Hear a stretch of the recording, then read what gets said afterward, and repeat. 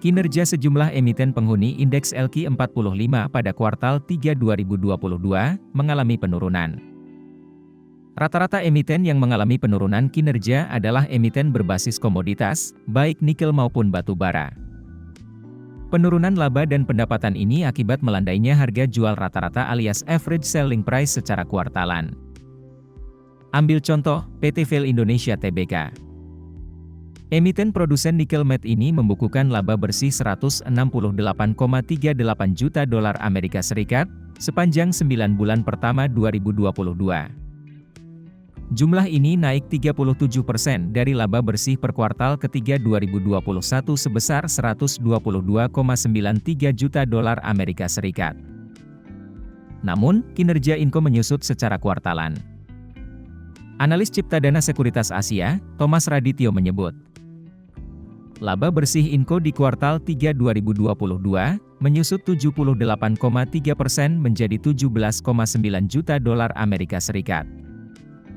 Turunnya laba bersih ini terutama karena penurunan ASP nikel, kenaikan biaya bahan bakar, dan tarif pajak yang lebih tinggi. Pendapatan Inco pada kuartal ketiga juga turun 6,1% menjadi 309,3 juta dolar Amerika Serikat. Terutama karena penurunan 26,8% pada ASP nikel dan dampak dari pembangunan kembali dan pemeliharaan tungku 4 produksi. EBITDA Vail Indonesia pada triwulan 2022 juga menurun 37% menjadi 103 juta dolar Amerika Serikat. Dari sebelumnya sebesar 163,4 juta dolar Amerika Serikat pada kuartal kedua 2022. Penurunan ini disebabkan oleh realisasi harga nikel yang lebih rendah. Thomas mencatat, ASP nikel yang direalisasikan Inco pada kuartal ketiga sebesar 17.840 dolar Amerika Serikat per ton.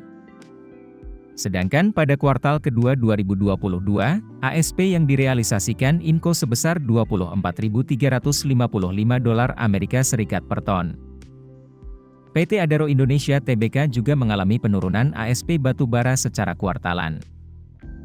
Harga jual batubara Adaro menurun 6,0% secara kuartalan. Dari sebelumnya 148,4 dolar Amerika Serikat per ton di kuartal kedua menjadi 139,4 dolar Amerika Serikat per ton di kuartal ketiga. Akibatnya, laba bersih Adaro turun 15,0% secara kuartalan menjadi 690,7 juta dolar Amerika Serikat. Terbebani oleh lonjakan biaya bahan bakar dan biaya komisi. Namun, pendapatan Adaro naik tipis 2,4% menjadi 2,3 miliar dolar Amerika Serikat pada kuartal ketiga.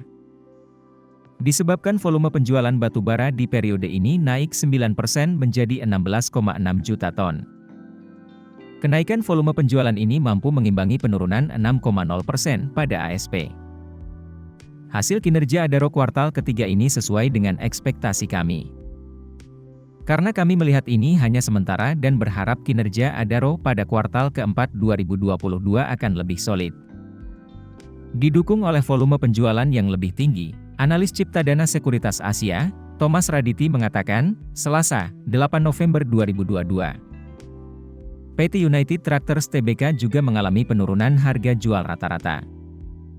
Berdasarkan perhitungan Ciptadana Sekuritas, ASP batubara milik United Tractors turun 27% secara kuartalan menjadi 190 dolar Amerika Serikat per ton.